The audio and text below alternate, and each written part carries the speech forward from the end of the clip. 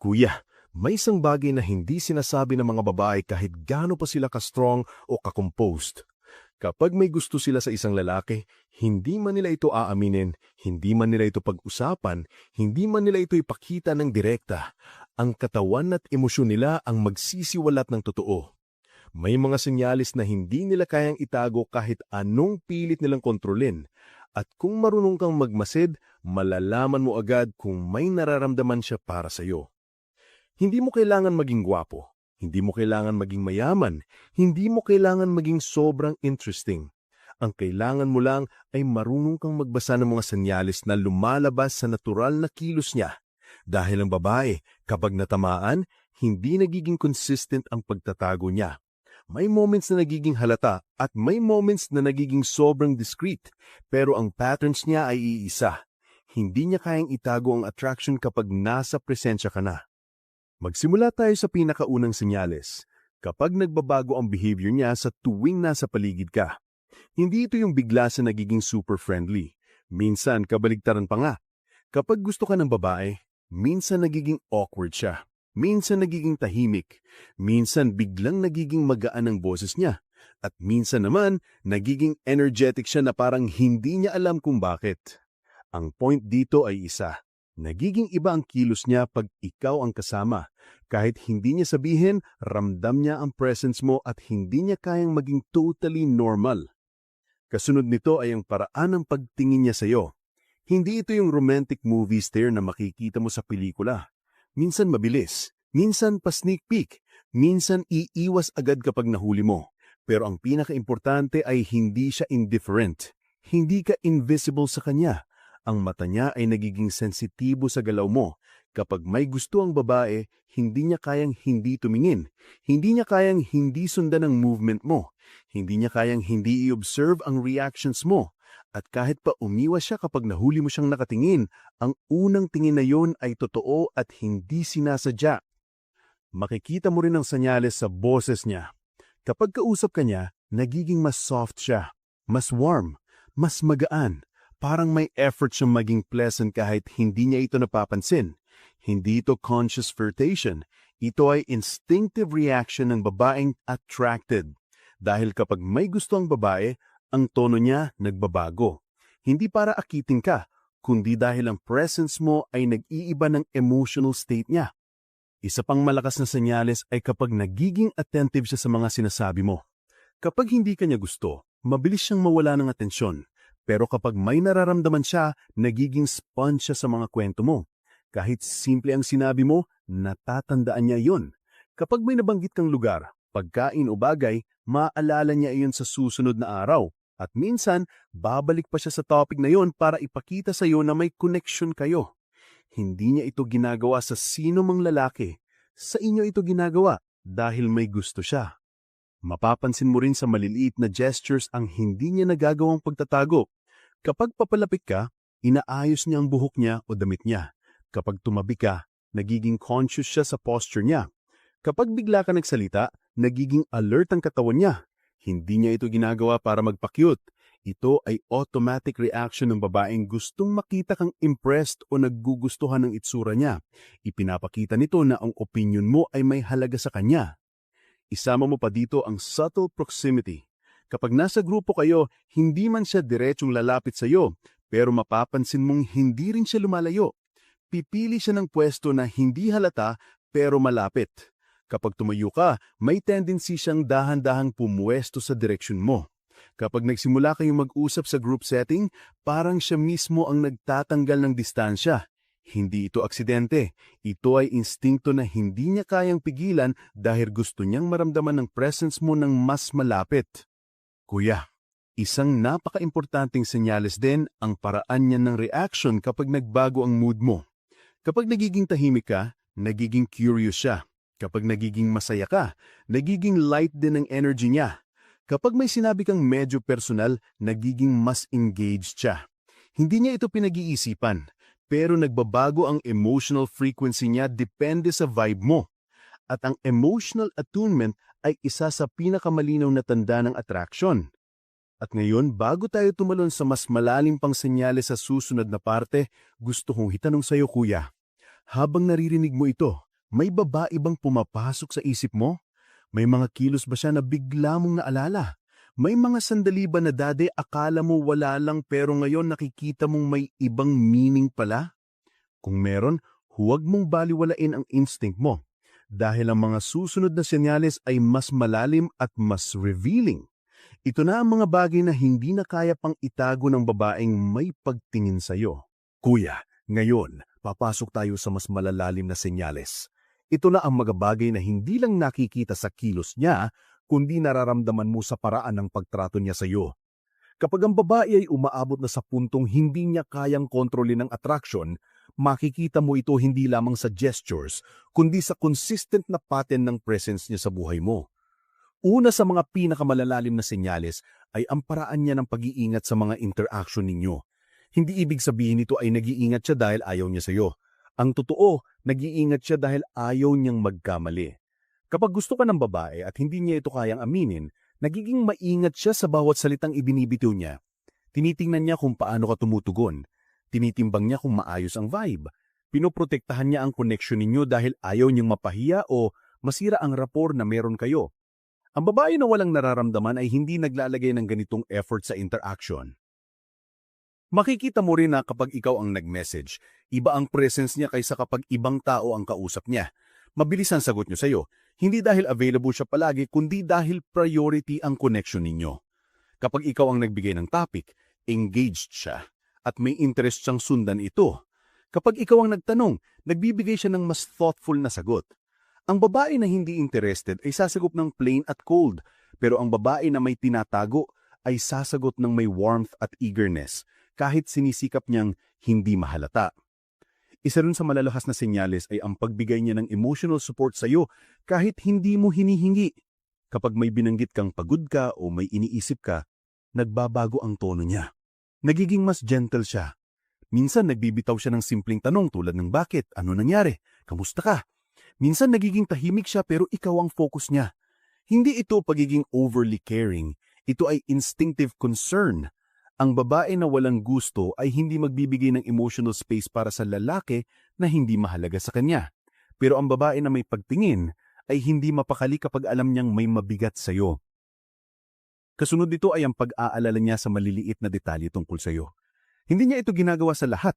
Kung may nabanggit ka tungkol sa paborito mong pagkain, music, lugar o habits, pabalik ito sa conversation niya sa mga susunod na araw, hindi dahil memorize niya pero dahil may emotional imprint ka sa kanya. Kapag ang babae ay naaalala ang mga maliliit na details tungkol sa iyo, napakalakas nitong senyales. Ibig sabihin, ikaw ay nakaregister sa utak niya bilang someone special. Mapapansin mo rin na nagbabago ang behavior niya kapag may ibang babae na pumapansin sa iyo. Hindi dramatic, hindi selos na obvious pero meron siyang shift. Minsan nagiging tahimik siya. Minsan nagiging straightforward ang tanong niya. Minsan nagiging malumani pero curious ang tono niya. Hindi niya ito sasabihin pero ramdam mong naaapektuhan siya. Ang babae na walang gusto ay hindi nagpapakita ng ganitong subtle jealousy. Pero ang babaeng may tinatagong pagtingin ay nagiging sensitive sa potential competitors. May isa pa na napakalakas at hindi kayang itago. Kapag binibigyan kanya ng oras kahit hindi convenient para sa kanya. Ang oras ay pinakamahalagang currency ng babae. Kapag handa siyang mag-adjust ng schedule, magbigay ng extra minutes o magstay pa ng kaunti sa conversation, ibig sabihin malaki ang value mo sa kanya. Hindi niya sasabihin, pero pinaprioritize kanya sa tahimik na paraan. Kasunod nito ay ang paghahanap niya ng ways para manatiling connected sa iyo. Hindi man siya maging direct, mapapansin mong nag-o-open siya ng mga conversation topics na alam niyang papasukan mo. Minsan random. Minsan tungkol sa isang bagay na nabanggit mo, minsan tungkol sa isang picture o joke. Ginagawa niya ito hindi dahil bored siya. Ginagawa niya ito dahil hinahanap kanya sa paraan na hindi halatang obvious. May isa pang senyalis na mas malalim pa, kapag nagiging vulnerable siya sa harap mo. Hindi mo ito makikita sa unang pagkakataon, pero habang tumatagal ang interaction ninyo, mapapansin mong may mga kwentong hindi niya sinasabi sa iba pero sinasabi niya sa iyo. Kapag nagsimula siyang mag-share ng insecurities, takot, dreams o failures niya, kuya, hindi mo na kailangan manghula. Hindi nagbubukas ang babae ng ganong bahagi ng sarili sa lalaking wala siyang nararamdaman. At ngayon, pinakamalalim sa lahat sa blocking ito, kapag nagkakaroon siya ng emotional reaction sa silence mo. Kapag hindi ka nag-message, nag-iisip siya. Kapag medyo malayo ka, nagiging curious siya kung bakit. Kapag nagiging cold ka, nagtataka siya kung may mali siyang nagawa. Hindi niya ito iaamin pero ramdam mo sa tono at timing ng responses niya. Ang babae na walang pakialam ay hindi tatahimik ng may tanong, pero ang babaeng may pagtingin ay nagkakaroon ng emotional shift kapag nararamdaman niyang lumalayo ka. Kuya, kung may babae sa isip mo habang naririnig mo ito, hindi aksidente yun. Hindi coincidence ang mga kilos niya. Hindi rin ito simpleng friendliness. May nararamdaman siya at hindi niya kayang kontrolin ang paglabas ng mga senyales na ito. Sa huling bahagi, tatalakayin natin ang pinakamalalim at pinaka-revealing na senyales. Ito ang mga kilos na halos hindi na pwedeng i-deny. Kapag nakita mo ito, malinaw na may pagtingin siya sa iyo na hindi niya kayang itago kahit pilitin pa niya ang sarili niya. Kuya, ito na ang huling yugto. Dito mo makikita ang pinakamalalakas at halos hindi na maitangging senyales.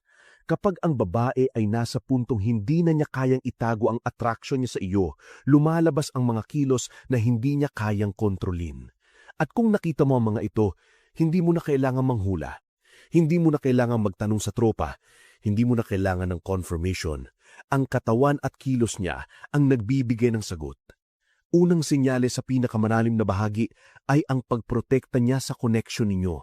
Hindi ito halatang possessive, hindi rin ito dramatic, pero mapapansin mo, kapag may ibang babae na nagiging masyadong malapit sa iyo, nagiging iba ang energy niya.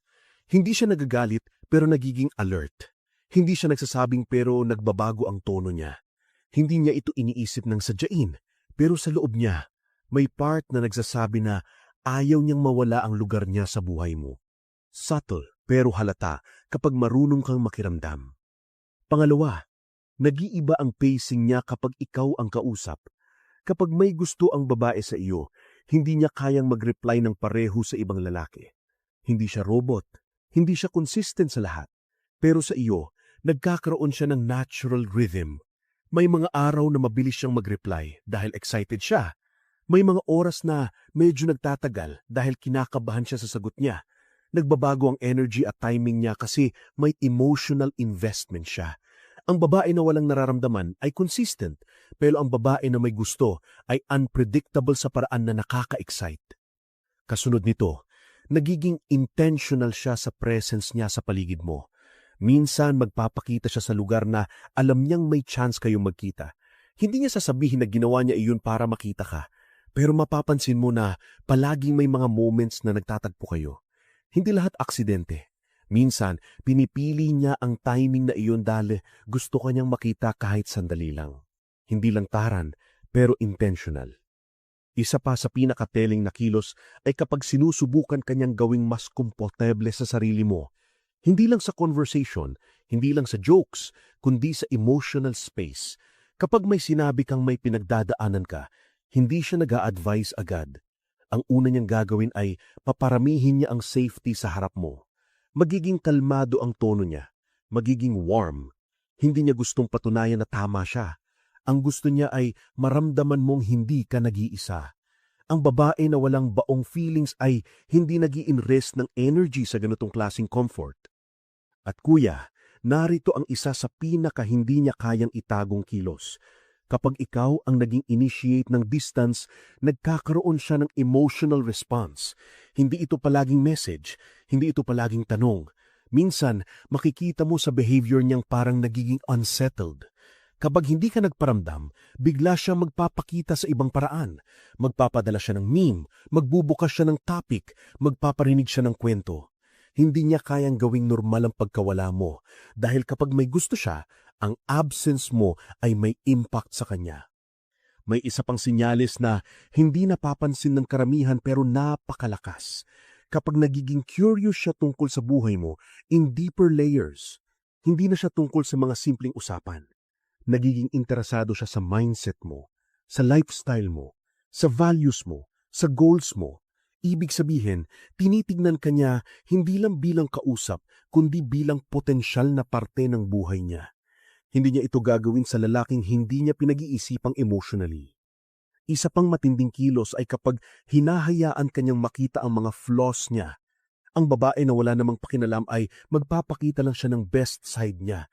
Pero ang babae na may gusto ay nagiging totoo. Kapag nagkamali siya, hindi siya nagtatago. Kapag may na-off siya sa sarili niya, nasasabi niya sa iyo. Hindi dahil gusto niya maghingi ng validation, kundi dahil komportable siya sa presensya mo at may tiwala siyang hindi mo siya huhusgahan. At kuya, narito ang isa sa pinaka-hindi niya kayang itagong kilos. Kapag ikaw ang naging emotional reference point niya. Kapag may nangyaring masaya, ikaw ang gusto niyang pagsabihan. Kapag may nangyaring masama, ikaw ang gusto niyang kausapin. Kapag may accomplishment siya, gusto niyang marinig mo. Kapag nasaktan siya, gusto niyang ibahagi sa iyo. Hindi niya ito masasabing ng diretso pero malinaw ito sa kilos niya. Kapag ang babae ay may gusto, ikaw ang naiisip niya sa mga emotional peaks ng buhay niya. Ngayon, narito ang pinakamatinding senyales sa lahat. Kapag nagkakaroon ng emotional consistency, kahit pa siyang sinusubukan niyang maging casual. Ibig sabihin, kahit gaano siya ka-composed, kahit gaano niyang subukang itago, ang energy niya sa iyo ay hindi nawawala. Kahit nagtatago siya ng feelings niya, hindi niya kayang itago ang reaction niya sa presensya mo. Hindi niya kayang itago ang softness ng boses niya. Hindi niya kayang itago ang glow sa mata niya. Hindi niya kayang itago ang subtle happiness kapag kausap ka. Kuya, kapag nakita mo ang 9 na kilos na ito sa isang babae, malinaw ang sagot. Hindi mo na kailangang magtanong kung gusto ka niya. Ang tanong na lang ay, ikaw, ano ang gagawin mo sa nararamdaman niya? Dahil ang babae na may ganitong klasing pagtatago, hindi nagtatago dahil hindi kanya gusto. Nagtatago siya dahil natatakot siyang masaktan, matanggihan o mawala ang connection. At bilang lalaki, responsibilidad mong harapin ito ng may maturity at disiplina. Kung gusto mo siya, maging malinaw pero kalmado. Maging present pero hindi clingy. Maging totoo pero hindi demanding. Ang lalaki na may stoic na puso ay marunong mag-lead nang hindi nagmamadali. Kung hindi mo siya gusto, huwag mong paikutin. Irespeto mo ang nararamdaman niya at maging tapat. Sa huli kuya, ito ang tandaan mo. Hindi lahat ng babae lumalapit ng diretsyo. Minsan, ang pinakamalalim na interes ay nakatago sa pinakamalaliit na kilos. At ang lalaking marunong tumanaw, marunong pumili, at marunong mag-obserba, siya ang nakakaintindi ng sinus bago pa man sabihin ng salita.